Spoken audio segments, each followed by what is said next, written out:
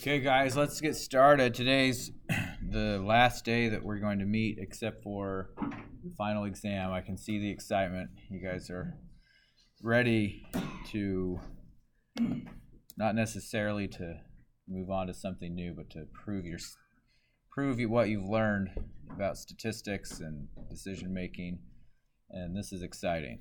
So let's first of all talk about the final exam. It will be next Tuesday, March the 20th, and the location is, so the time is 10:30 a.m.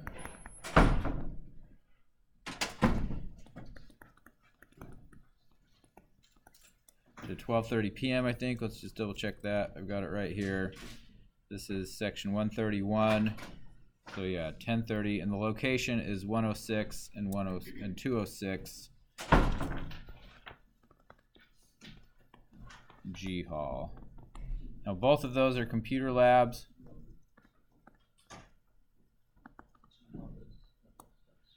So I will be in one, and the TA will be in the other.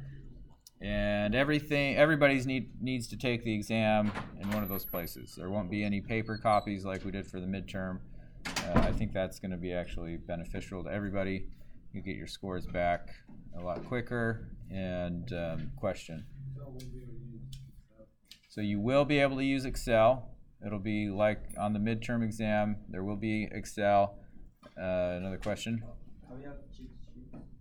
So that's a good question. Let me write these things down. So Excel via lockdown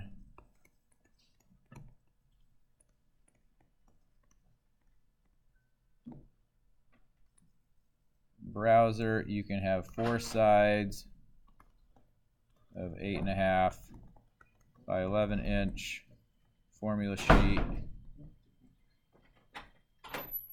So that's double what you had for the midterm exam. If you want to bring what you had for the midterm exam and just add 2 more of that, it's fine. No other electronics are going to be allowed. Watches, phones, all that stuff.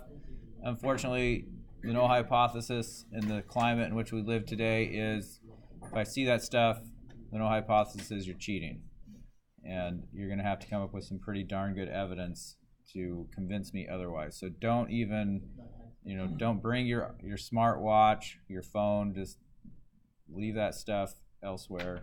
Put it in your bag. Turn it off. If I see it, that's it. Unfortunately, that's how it's got to be. So Excel, again, will be inside of the lockdown browser, and no other websites or materials will be allowed. You can use a calculator if you want. But I recommend using Excel instead. And the reason for that is the same that I've said before in the past. You'll be able to save what you do in Excel, and instructions will be given on how to do that. And if I need to go back and look at it, or if you need to go back and look at it, you go back and see exactly what you did wrong. You put punch buttons into your calculator and they're gone. You don't have any idea where you pushed the wrong key, and that doesn't really foster learning by going back and looking at it. So I don't recommend a calculator. However, if you have one that's not connected to the internet or any other device, then you can use that, like TI-84 or whatever. Yeah, I'm sorry. This is calculator, and what does it say? Reconnect? Recommend. Oh, recommend.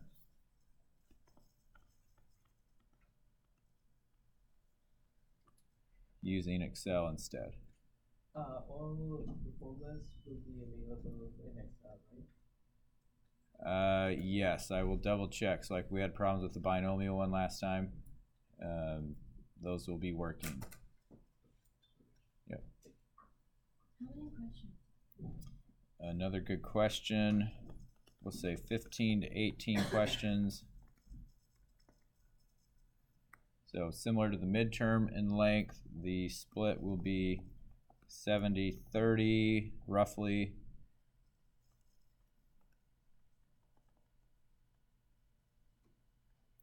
And that's post/pre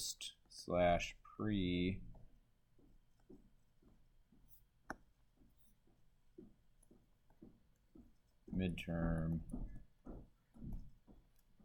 material. So before the midterm, we got up to chapter 6.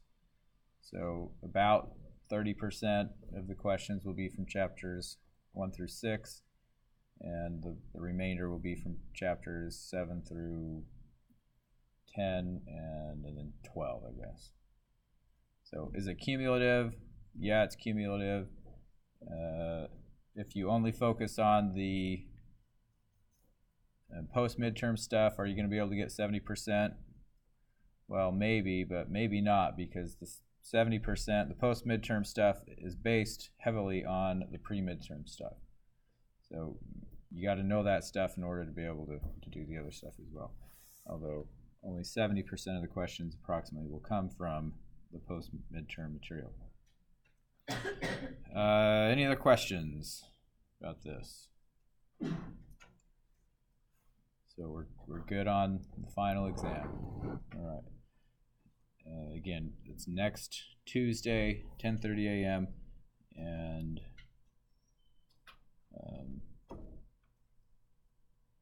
yeah. So what do we do in this class? Let's just kind of take a 30,000-foot view tour, quick review of what we did. And then I'll entertain any questions you might have about homework number 8, which is due on Thursday. And I'll remind you that there is no homework or no quiz number 8. So it's just the homework for this week. And you should be able to see your grades for all the quizzes, all the homeworks in Blackboard. If you just go to My Grades, I think it doesn't show you everything maybe. You might have to go actually into the course and then look at My Grades. So like if you go to My Grades outside of the stat201 course. If you have trouble with that, just let me know. Okay, so we have populations that we're interested in, and these are things that we are wanting to know about because we want to make decisions based on the characteristics of the populations. And what's the characteristics of a population called? Parameters, right? These are things that are so important that we call them, we denote them by Greek letters. Mu is the population mean, sigma is the population standard deviation, pi is the population proportion, and these are kind of the main players that we've been dealing with in this class. If I want to know what these things are, there's only one way to do that. And what is that way? What do I have to do in order to know exactly what these parameters are? I have to take a census, right? Sample the entire population, measure the entire population. That's the only way to know what these things are for certainty. So that's impractical due to time and money constraints and the fact that populations are never constant. They're always changing. A lot of them are anyway. So what do we do instead? We take a sample and we look at the characteristics of the sample, and what are those called? Statistics. And the sample's mean is x bar, sample standard deviation is s, sample proportion is p. And again, these are the main ones that we've looked at. If we know what the population characteristics are, we can use probability to make statements about how likely the samples are that we observed. And so what we're doing with statistics is we're making assumptions about the population characteristics. And then we take a sample, and based on the sample and the likeliness for the likelihood of the sample, we do what's called statistical inference to base our decisions on. And our decisions are chiefly having to do with the values of these parameters. If I want to know what the population mean is, we have the procedure that we have now talked about for the last few weeks of hypothesis testing and also confidence intervals that allow us to make statements about the value of those parameters. Now, we've only done this hypothesis testing, confidence interval stuff with really with two different parameters, with mu and with pi, and these are just kind of introductory. Think of them as gateway parameters. They get us like gateway drugs, like vaping, get you hooked on other stuff. That's a bad analogy, isn't it? I shouldn't use that analogy. This is just an introduction for you to see that, oh, here's how hypothesis testing works. Here's how confidence intervals work. When you get into stat201, finance, marketing, accounting, and all these other courses you're going to take, you're going to apply this hypothesis testing idea or methodology to lots of other different parameters. And there's lots of parameters out there. So in this class, we're focusing just on a few of them. Actually, we are also talking about beta 1, which is the coefficient for a regression model, and the statistic that goes along with that is B1. So this is a big picture. When you're mired down in the details and you're trying to say, what is it we're trying to do, take a step back and look at the big picture and say, okay, this is the parameter we're interested in, this is the sample we're taking, and we're trying to make statements about the parameter. We're going to do that using hypothesis testing or confidence intervals, or if you get into other types of statistical analysis, there's another way to do this stuff called Bayesian statistics, which we haven't talked about in this class. But it is based on Bayes' theorem, and we did talk about that. So probability.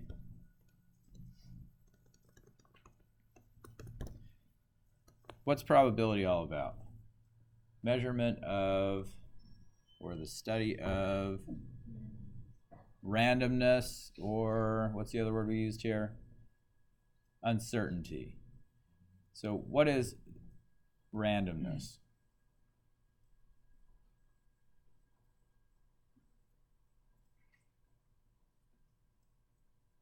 There's lots of different definitions, but yeah, what would you say? Possibility of one outcome amongst many. Okay. Right, so you have a lot of different possible outcomes. So you're doing an experiment, and the outcomes are, possible outcomes are known, potentially, but when you run the experiment, you don't know which one of those is going to show up. You can guess, but randomness says, the definition of randomness, one of the definitions of randomness is something that can't be predicted with accuracy. So there's uncertainty, and if something's uncertain, what does that mean? It means it's uncertain. You don't know. You can't be sure about what's going to happen. And the future's full of all sorts of things like that. But in an experiment, we have events, which are outcomes of the experiment, and we have probability assigned to each of the events that take place, or each of the outcomes from the experiment. So we had three different approaches to probability. The first one was classical approach, which says all of the outcomes for an experiment are equally likely. The classical, or the frequentist approach, says they're not all equally likely, but if we can perform the same experiment over and over and over and over again, then we can isolate the random part and look at what's varying and get an idea of how much variability there is, and that gives us an idea of what the probability is. So we count the number of successes, divide that by the number of trials. And then the third one, you guys remember what the third one was? It's called subjective approach to probability, and it says Just tell me what you think. There's too much going on. We can't assume equally likely outcomes. We can't repeat the experiment over and over and over again. So take your knowledge, your naivety, whatever it is that you've got, and use that as a basis for telling me what you think the probability is. So it's subjective. That's what subjective means, right? So we know that all probabilities are between 0 and 1. And if we sum up all of the probabilities in a sample space, or all the probability of all the events in a sample space, then we know that has to sum up to 1. And those are the two axioms. There's certain conditions on, I guess there's another one. Probability of A union B is equal to the probability of A plus the probability of B if A intersect B is empty. Based on these three rules, we can, or these axioms, we can develop all of the different laws for probability that we might possibly ever want to learn about, including the law of addition, which says the probability of A union B is equal to the probability of A plus the probability of B minus the probability of the intersection of A and B. So if we have two events, A and B, that are not mutually exclusive, in other words, if I draw a picture of them, they overlap in this Venn diagram, then the intersection here gets added twice when I add probability of A plus probability of B, so I need to subtract it once in order to find the area represented by that intersect or that union. Okay, so that's the law of addition. That's important.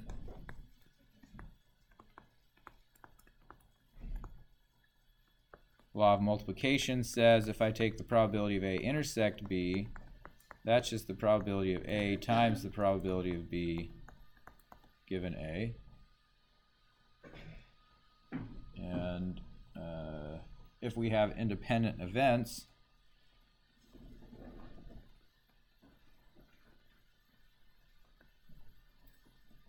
then the probability of A intersect B is equal to the probability of A times the probability of B.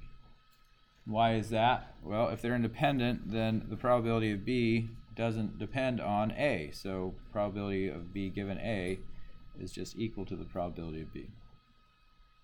Okay, so we have the law of multiplication, we have the law of addition. Law of multiplication gives us conditional probability,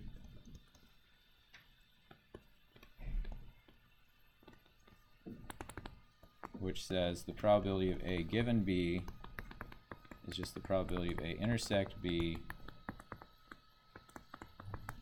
divided by the probability of B. So probability of A unconditional on B in a Venn diagram is just the area represented by A.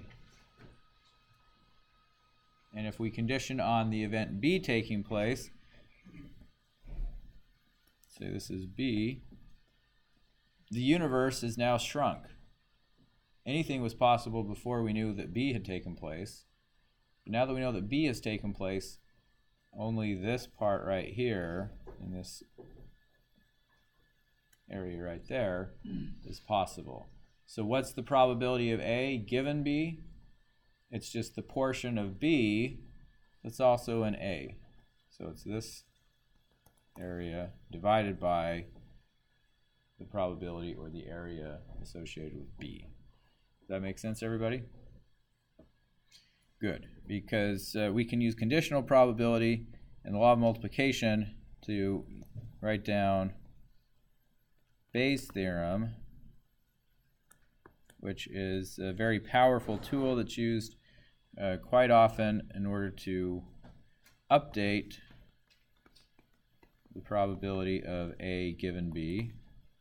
And if we go back here to law of multiplication, we can write the probability of A intersect B as the probability of B given A times the probability of A and divide that by the probability of B. This says I start out with the probability of A, that's the prior probability of A, unconditional probability of A, and then I say, okay, well, I know that B has happened now, so I want to update and get the posterior probability for the event A. So I have information coming in. I want to use that information in the most efficient manner. Think of the let's make a deal game we talked about. You pick a door, Monty Hall opens another door. Those two pieces of information used correctly can double your chances of winning if you have the right strategy, do the right analysis. So what's the probability of A given that something else happened, given some other information? Now if A and B are independent, then it doesn't matter, it doesn't help you to know if B happens. But Bayes' theorem is the formal mechanism that's used to update these probabilities. So what else do we talk about with probability? We talked about counting. And counting has to do with, well, the main basic fundamental here is what's called the multiplication rule.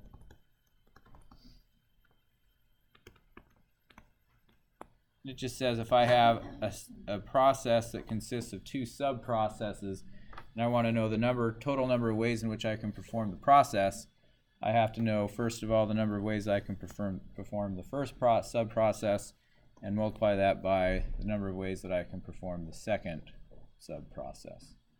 If I'm going to make a sandwich, I have to say how many ways can I include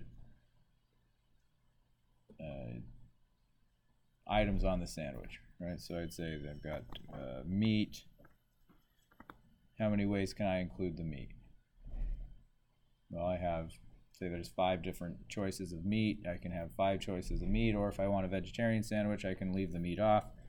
So I've got 6 ways I can do that. What else? What else do you have on a sandwich? Lettuce.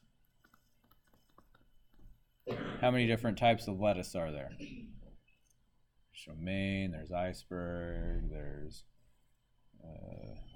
5. Let's say there's 5. Okay, so I can either have 5, or maybe I don't like lettuce, so there's 6 options there. So how many ways can I have a sandwich? Oh wait, what else do you put on sandwiches? Cheese. Say there's 5 different ways, 5 different types of cheese. So again, we've got 6 different ways that we can pick our cheese. And what else do we have? Tomatoes. How many different types of tomatoes are there?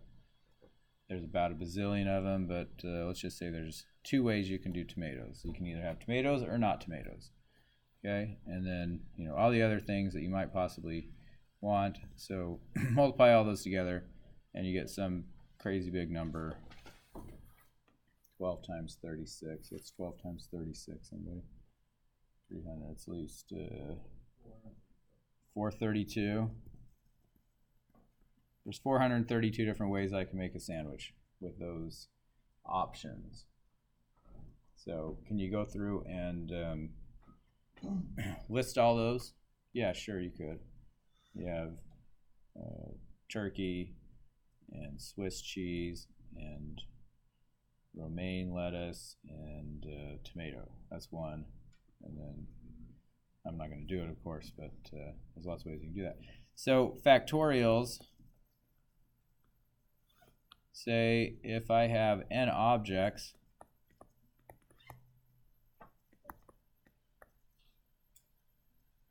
and I want to arrange them all, how many ways can I do that? So let's say there's 40 people in class right now. How many ways could I arrange 40 people in class? So you have to go, let's say you had to do an oral final exam, which I would never do, but just imagine that were the case. And you had to come up with some order for that to happen. Well, alphabetical order, that's a pretty good way to do it. That's one way. But how many other ways are there? Well, I have n choices for the first person. Once you go, you don't have to go again. So now there's n minus 1 for the second, n minus 2, n minus 3, dot, dot, dot, 2, 1. So we write that as n factorial. If we have 40 people,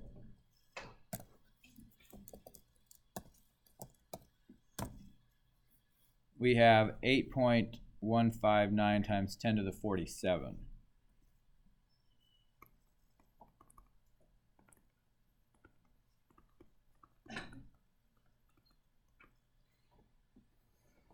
Just from this class.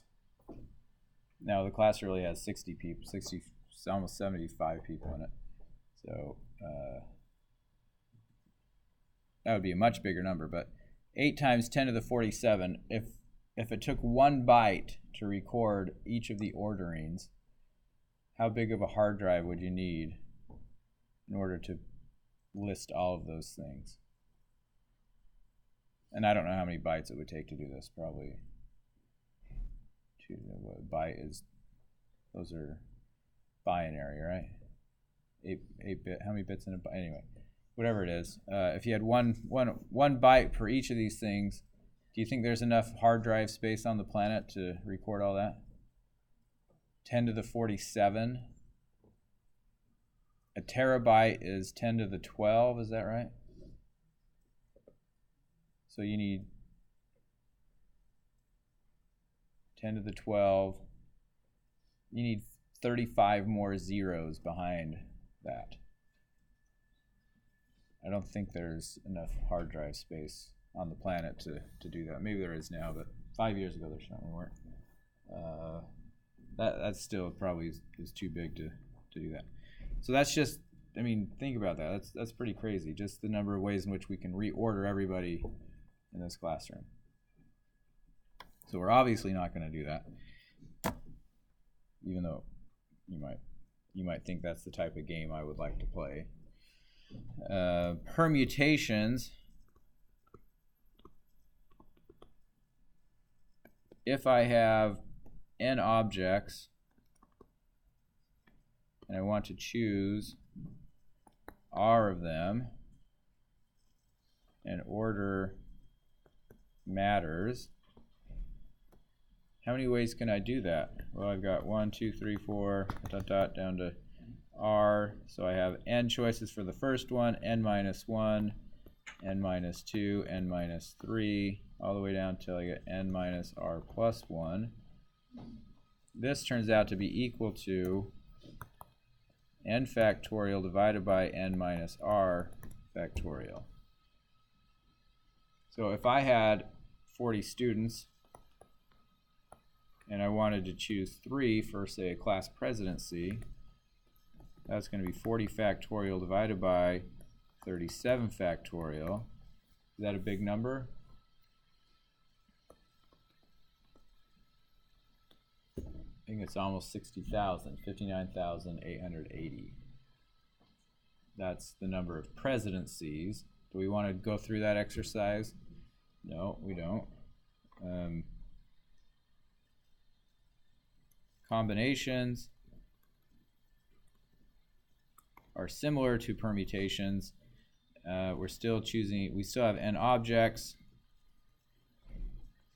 and we're still going to choose r of them.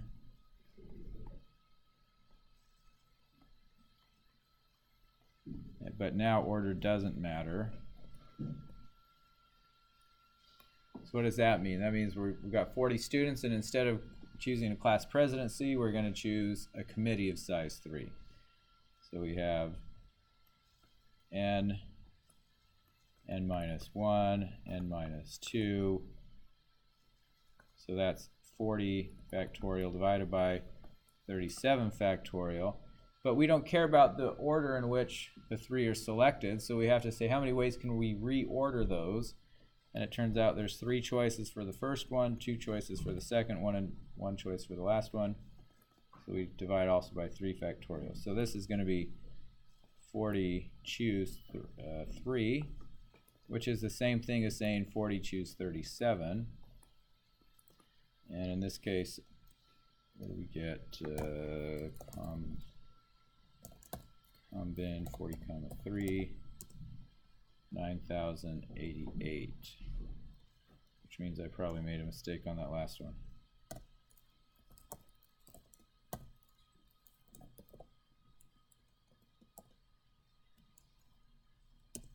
Yeah, I was close, but I was not right. So that's got a 2.8, and this is 9,088. 9,880. So there's almost 10,000 ways that we could choose 3 of you guys, and only 3 of you guys.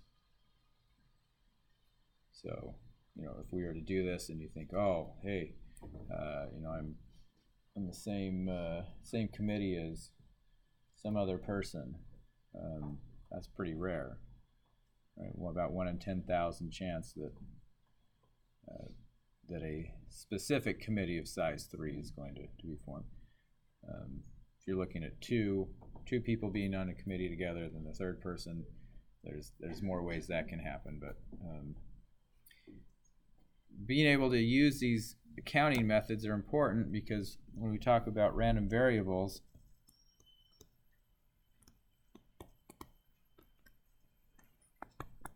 now we're combining this idea of randomness or uncertainty with that of variability. In other words, if I have a variable, it's something that changes from subject to subject, and when it changes randomly, I can write down a probability density function that helps me understand the probability associated with any of the outcomes. So we have 2 different types of random variables, discrete and continuous.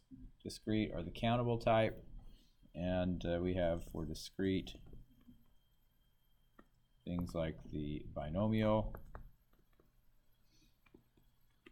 And for the binomial, we can actually write down the density function and choose x times pi to the x equal minus pi to the n minus x, and that's for all values x equals 0, 1, 2, up to n.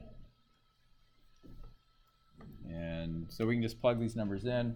The CDF tells us the cumulative probability, so it says if you want to know for any value of x what the probability is of being less than or equal to that, that's the CDF. And that's very useful. And if you're using your calculator or Excel, there's options for doing either the PDF or the CDF. And so you want to make sure you know about those things. What other kind of discrete random variables do we talk about? Talked about the Poisson, which has a probability density function of e minus lambda to the x divided by x factorial. And this time x can be 0, 1, 2, all the way up to infinity. And in situations like this, the cumulative density function becomes, or this cumulative distribution function becomes important. If I want to know the probability that, say, x is greater than a, that's 1 minus the probability that x is less than or equal to a. And here's where the CDF would be used. Instead of having to plug in all sorts of numbers for x greater than a, I can just plug in the CDF, a for the CDF, and it will give me the probability of being less than that, and that gives me what I'm looking for. So what was the other discrete random variable we talked about? We looked at the hypergeometric. I won't go into more details on that, but just remind you that we did talk about that one as well. So we have continuous random variables then. And continuous random variables are the type that have an uncountable number of possible outcomes. So these are things like time and distance, and money is often thought of as a continuous random variable. Area, volume, those sorts of things. The most well-known one of these is the normal distribution, and we also talked about the t-distribution, and we said the normal distribution is the one that's most famous due to the central limit theorem, which says if n is large enough, by that we mean greater than or equal to 30, then x bar is approximately normal with mean mu and standard deviation sigma over the square root of n. And that's a big deal because everybody has data, and if you take a sample bigger than 30, you can use the central limit theorem, and this forms then the basis of the hypothesis testing that we're going to be doing, although you don't necessarily have to use the central limit theorem to do hypothesis testing. So what do we mean by that? If I take x bar and subtract mu and divide by sigma over the square root of n, that is a standard normal distribution. And with hypothesis testing and confidence intervals, if I know what the distribution is for the test statistic, then I can answer any question I want to with regards to the hypothesis test. So if we know what sigma is, then we have that. If we don't know what sigma is, and we estimate it with S, what kind of distribution do we have? That's a t. Now these things look similar. If this is a normal, a t is going to be fatter in the tails. And that goes along with the story. If I don't know what a sigma is, I'm going to estimate it with S. That's additional uncertainty. That should give me fatter tails, give me less certainty. And the t distribution has fatter tails, which means when I go to calculate a confidence interval,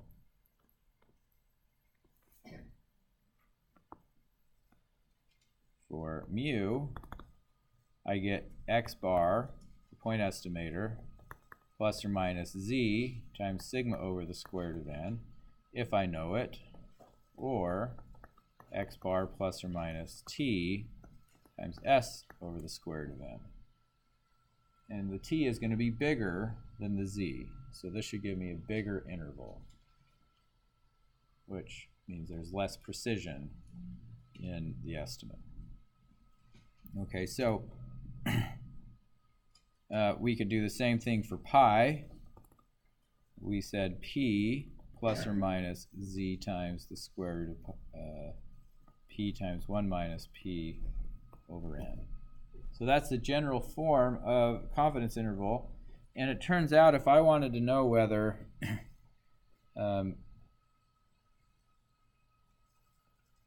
mu 0 is a good estimate or a good value for mu, I could use this confidence interval and say, is mu 0 in that interval? And if mu 0 is in that interval, then I would say, okay, I'm good with that. I'll consider mu 0 to be the true value of mu. Well, isn't that exactly the same thing as what we're doing with hypothesis testing? Yeah, it turns out that it is. If we test the null hypothesis that mu is equal to mu 0, how are we forming the critical values that tell us where the rejection region is for this test? Well, we have mu 0 plus or minus z times sigma over the square root of n. So those are the critical values. And if x bar is inside of those critical values, that means we don't reject the null hypothesis. Well, x bar is only going to be inside of those critical values in the non-rejection region if mu 0 is in the confidence interval. So these two things are actually the same. Now there's a little bit more depth and insight you get from doing hypothesis testing because we talk about the power of the test, what happens when you reject the null hypothesis, when you shouldn't, what type of error is that, what type of error is it when you don't reject, when you should, and so forth. But these things are really the same thing.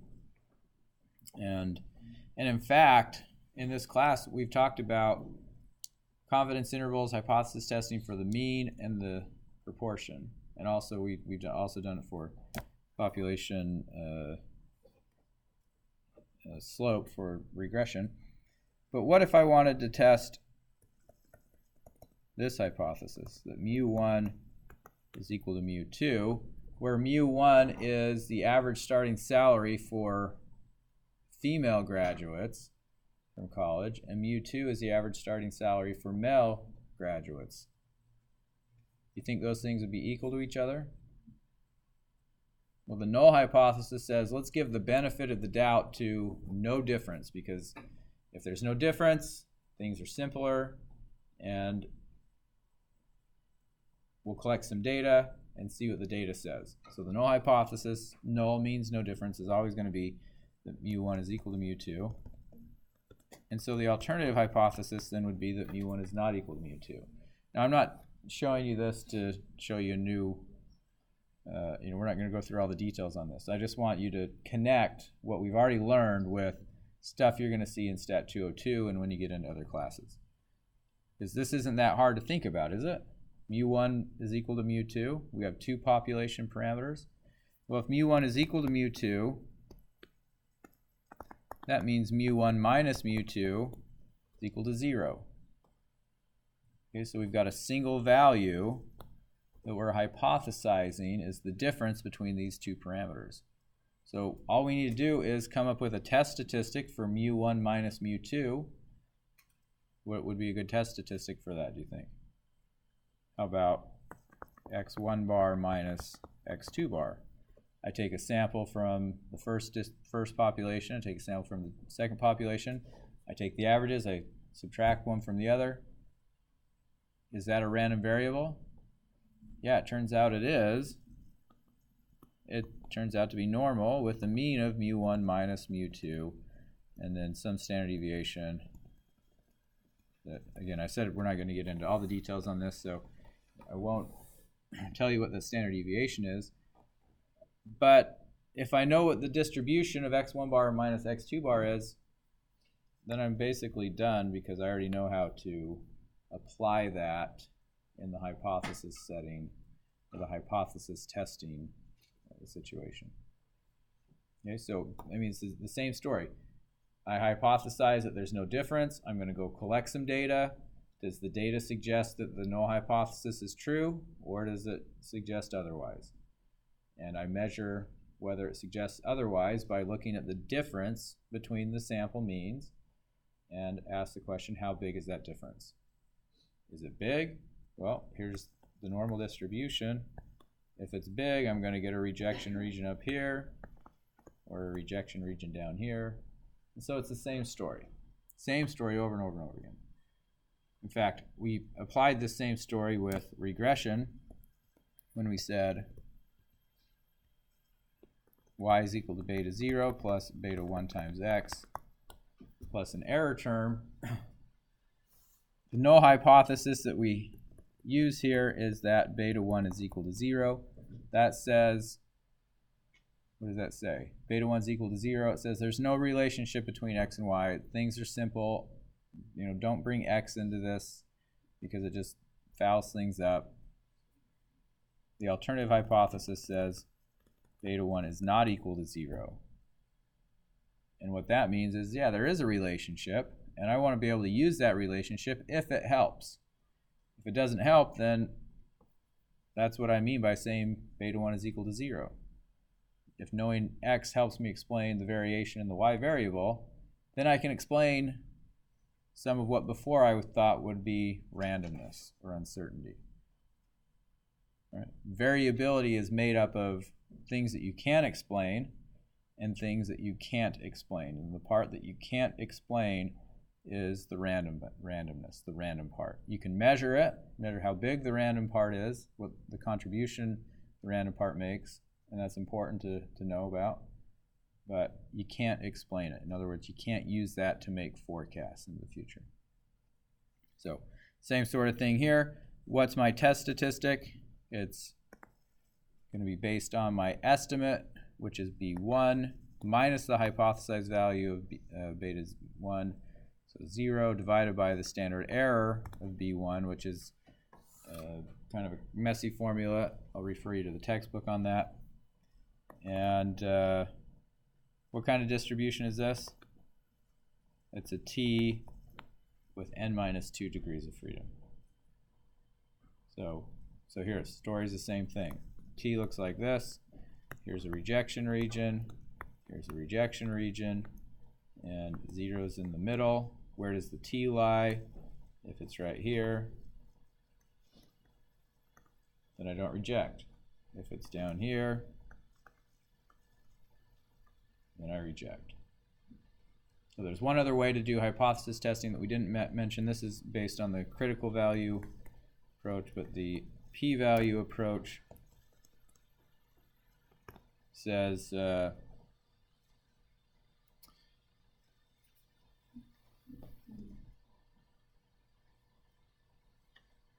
p-value approach says how likely is the observation that we just got, and so we would say here's my test statistic x bar or whatever. In a one-tailed test, p-value is the area under the curve further out than what I observed.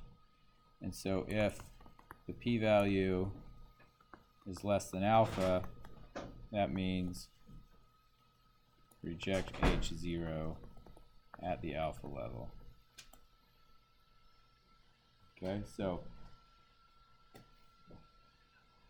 that's pretty much all we did this term. It sounds pretty simple when you think about it like that, right? Are there questions you guys have about any of this stuff? Do you have to know how to calculate power? Do you have to know how to calculate power? You mean for the exam? Yeah. So if there is a homework question that asks you to calculate the power, then you should know how to do that homework question. And I think there is one of those in there. Yeah. So my recommendation in studying for the final exam is make sure you can do the homework questions. Did I not mention? I don't think I mentioned, did I? Let me just say this here.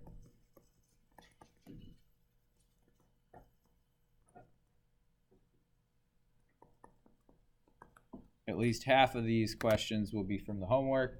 What that means is I'm going to implement statistical random sampling, stratified sampling, and I'm going to select questions from the homework, and so things you've seen before will definitely be on the test. So does that mean everything's going to be on the test? All the topics? Certainly not. Does that mean you can gamble and get lucky? Sure, but gambling's something that you want to save for, like giving gag Christmas presents to your friends and that sort of thing. You don't want to base your your statistics grade on that. So my recommendation is make sure you can do all the homework questions and you understand the ins and outs of those. Okay. The other questions will be similar to homework questions, and so if you can do those, that's my recommendation. Is it possible for you to go over like chapter 9? I'd be happy to, any more than I just did here. If you have questions from homework, I'll be happy to entertain those now. If you want to, and if there are questions from homework 8, chapter 12, yeah, why don't we move on to that portion of the class then? If you don't have questions, feel free to leave if you want.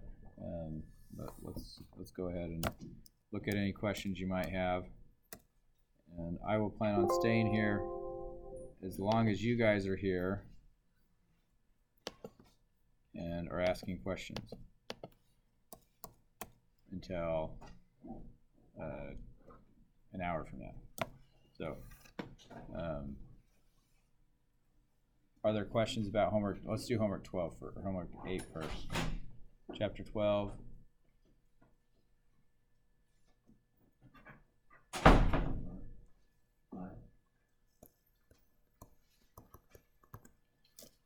Okay, let's start with that one.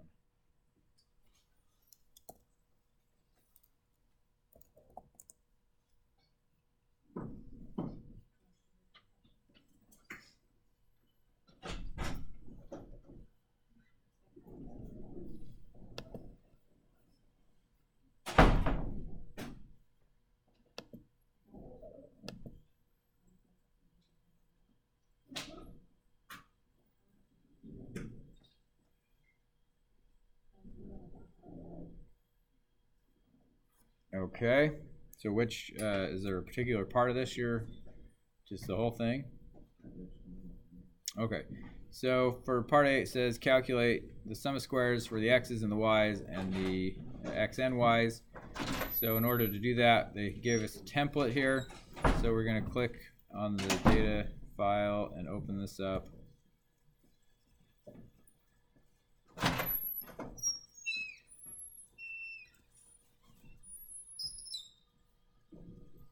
Is that the right? 1320. All right, yeah. So this is the file. We're going to say enable. Let's make this a little bigger so you can see what's going on.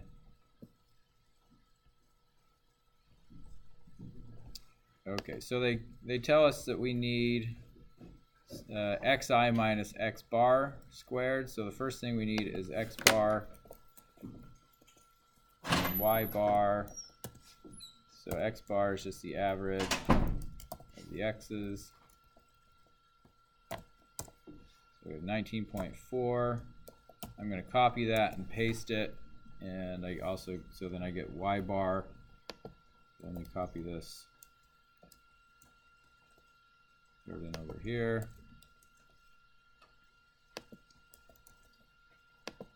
Y bar. So now I need xi minus x bar squared. So I'll put that up here. This is going to be xi minus x bar squared. And over here I'm going to get yi minus y bar quantity squared. And then I get, what's the last one I want? xi minus x bar times yi minus y bar. Okay, so for this one I say this is equal to the quantity x1 minus x bar quantity squared, and I'm going to lock, I'm just going to lock one thing here, and that is the the row. So I get 40.96. I'm going to copy that down here and paste it in. So what did I get here? This one says I get 34 minus 19.4 quantity squared.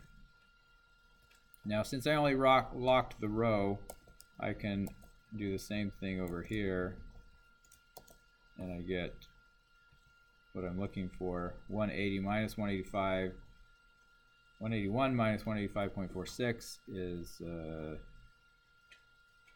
4.6 squared, so that should be less than 36, and it's bigger than 16.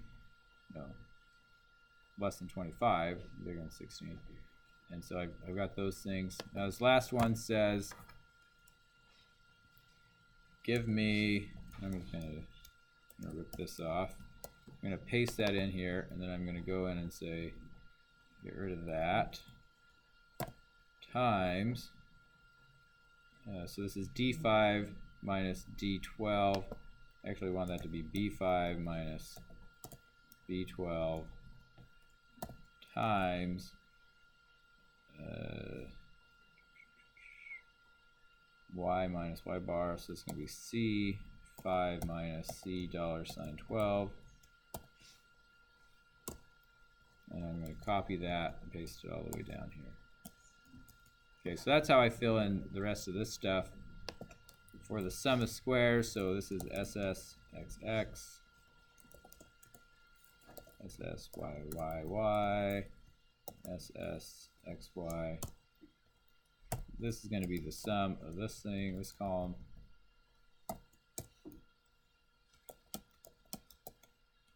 So I get all of these things, and I guess I'm just going to have to copy and paste all this stuff in here. It's kind of a pain in the neck, but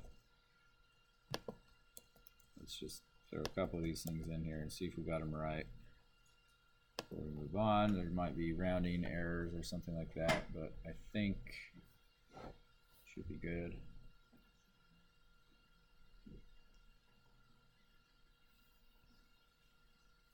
Okay, so we got those. Part B says calculate the sample correlation coefficient, and it tells us how to do it. Use the function correl, so we can do it that way if we like. The correlation is going to be equal to, come down over here,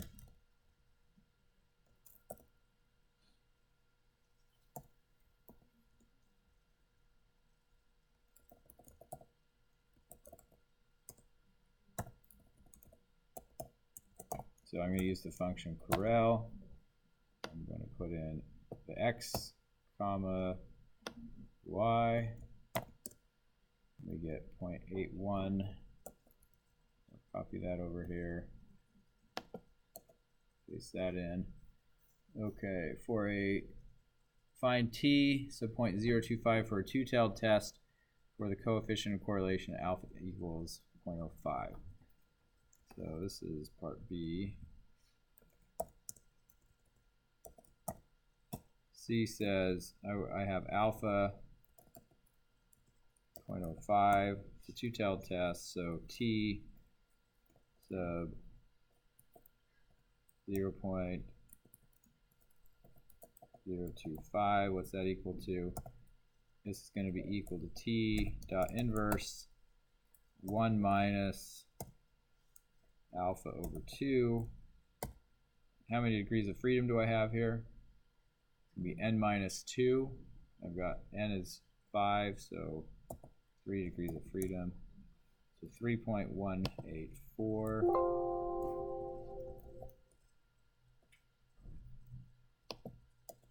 That's the critical value. And now they say, what's the test statistic?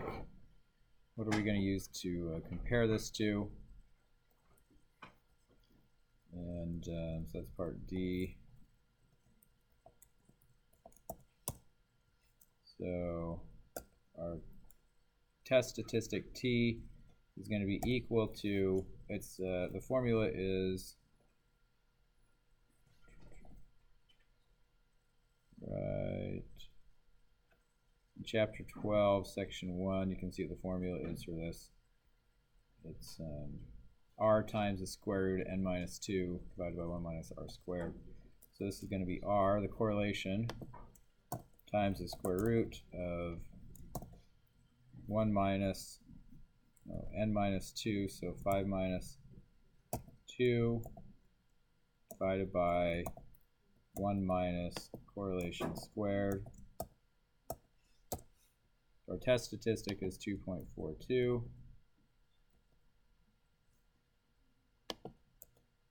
So should we reject the null hypothesis? No, we shouldn't, because there are test statistics in the non-rejection region. And then part E says use the Excel formula t.dis.2tail t common degrees of freedom to calculate the two-tailed p-value. So this is part E. There's two ways we can do this. They said to use this formula here, which we'll put in. So t is equal to, what's our t-value? Our t-value is A24. So A24 and degrees of freedom are 3.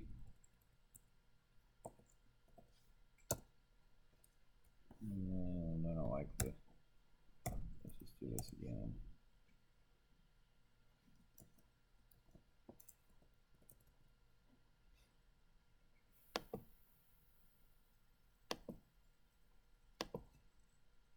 Change the format of the cell. Font, big, this is equal to t dot dis dot 2t p-value, comma, degrees of freedom are 3. So that's one way to do this. So the p-value is about 9%. The other way to do this would be 2 times quantity 1 minus t dot inverse, not inverse, t dot dist. Our t value is put in there.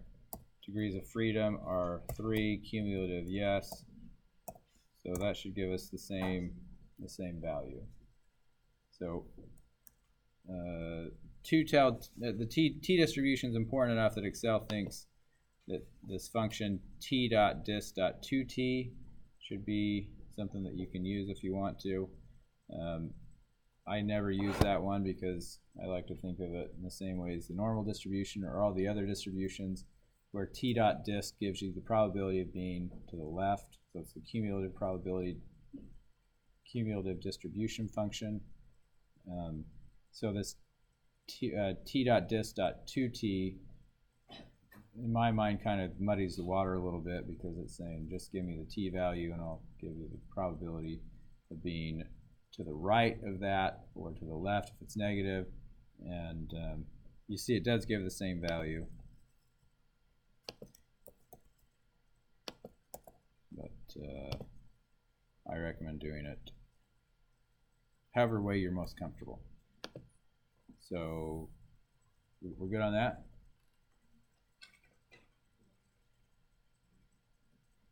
Okay. So you can work through it. And okay, other questions from the homework? From the other homework?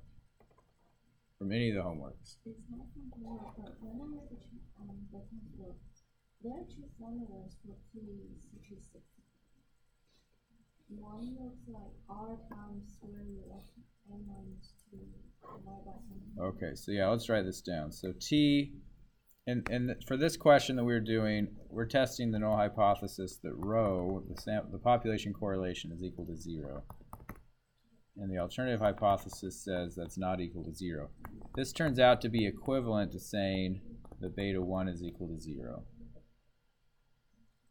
Okay, so there's two different test statistics.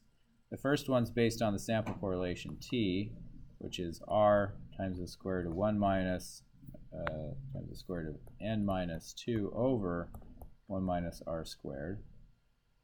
The test statistic for this one over here, T, is B1 minus 0 divided by the standard error of B1.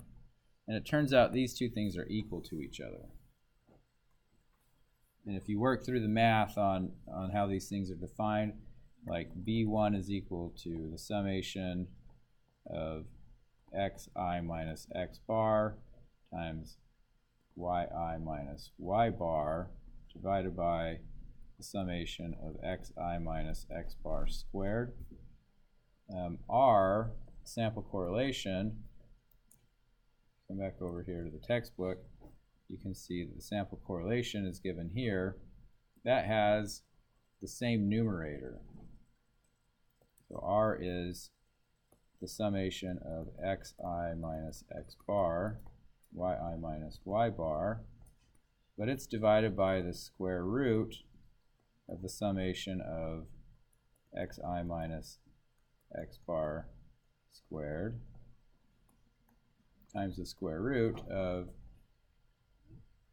the summation of yi minus y bar squared.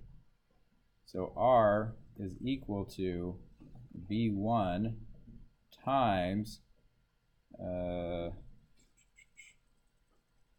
do we have here? The square root of the sum of the y's divided by sum of the x's. So there's a relationship between these things. And if you were to write down, plug R in up here, and then plug B in up here, B1 up here, and then look up in the textbook what S of B1 is, which is given to us in, it's not in this section, it's, I think the next section has it. In any case, you would see that those are actually exactly the same thing. What's what?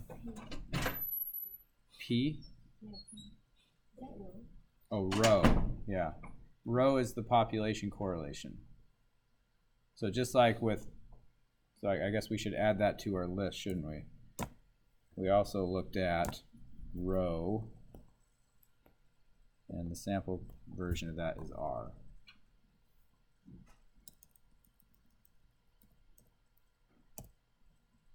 Okay. Other questions? Well, if there are no other questions, I will stay here until you guys have left.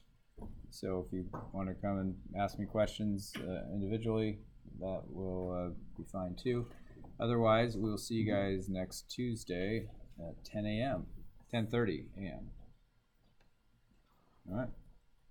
Thank you very much. It's been a great, wonderful learning experience for me. I hope it has been for you guys as well. And good luck on all your future endeavors. And don't forget, everything is based on this stuff now. Like everything.